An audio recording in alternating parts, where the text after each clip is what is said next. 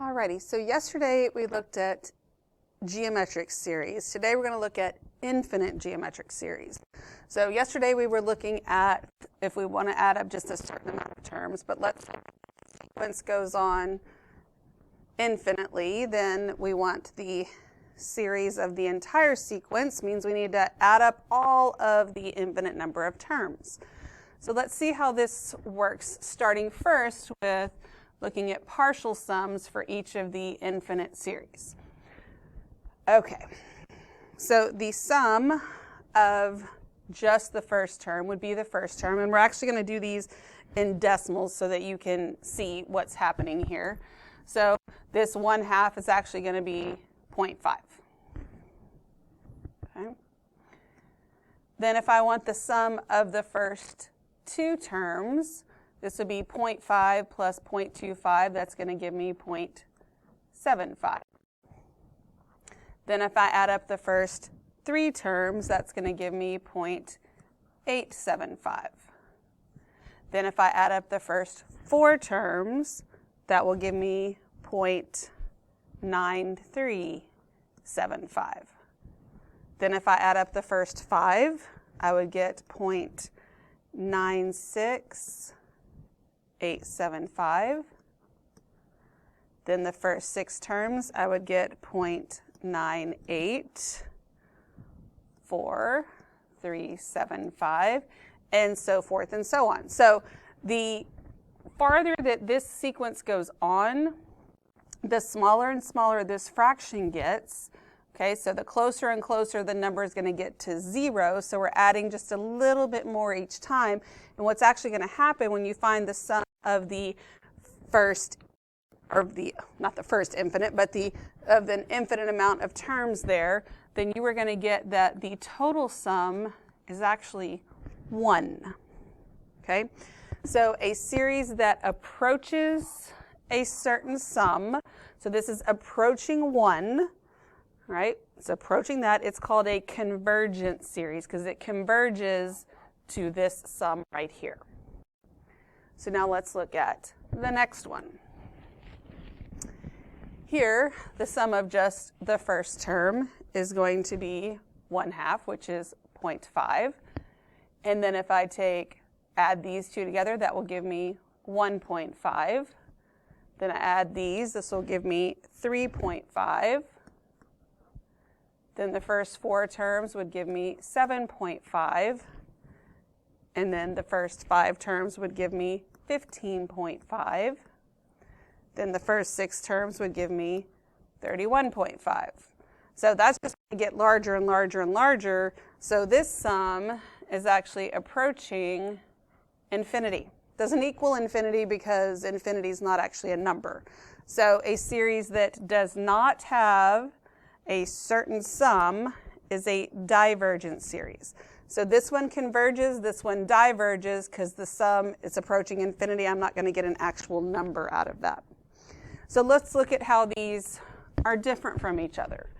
In this one, my R value, my R is 1/2.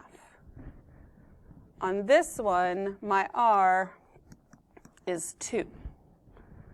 Okay, so this way this works for geometric series is that if the absolute value of R, okay, so it can be positive or negative, it doesn't matter, but if it is less than, like it is here, then the series is convergent.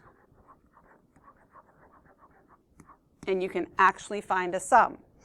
If the absolute value of R is greater than 1, like it is here, then the series is divergent and a sum does not exist.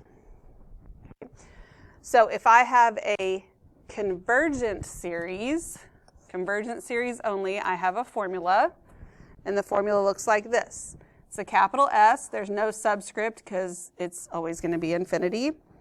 That's equal to the first term times 1 over 1 minus R. Okay, that's my formula. So then this says, to determine if the series is convergent or divergent, If it's convergent, find the sum.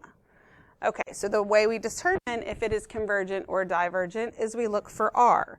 And in this case, R is going to equal, well, these are alternating, so I know it's negative. Negative's fine, but I'm multiplying by a -6.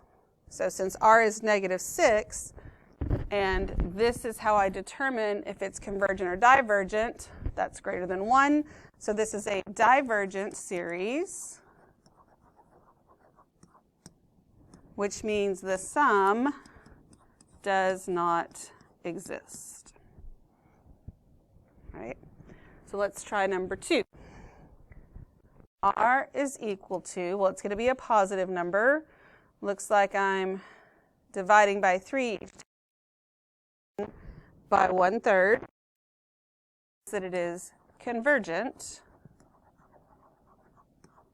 which means I can find the sum using this formula here.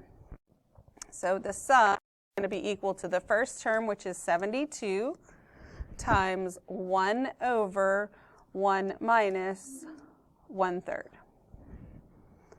Then I can just put that into my calculator, and I will get 72 times, need my fraction, I will have 1 over 1 minus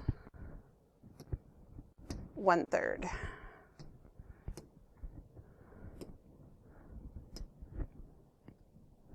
And my answer is 108.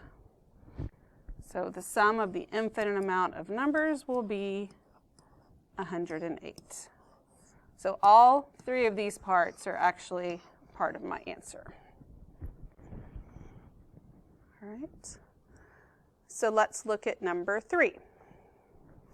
I'm going from 1 to infinity, so it's an infinite series. This right here represents my first term. This right here represents R. So since R is 3/4, that means that my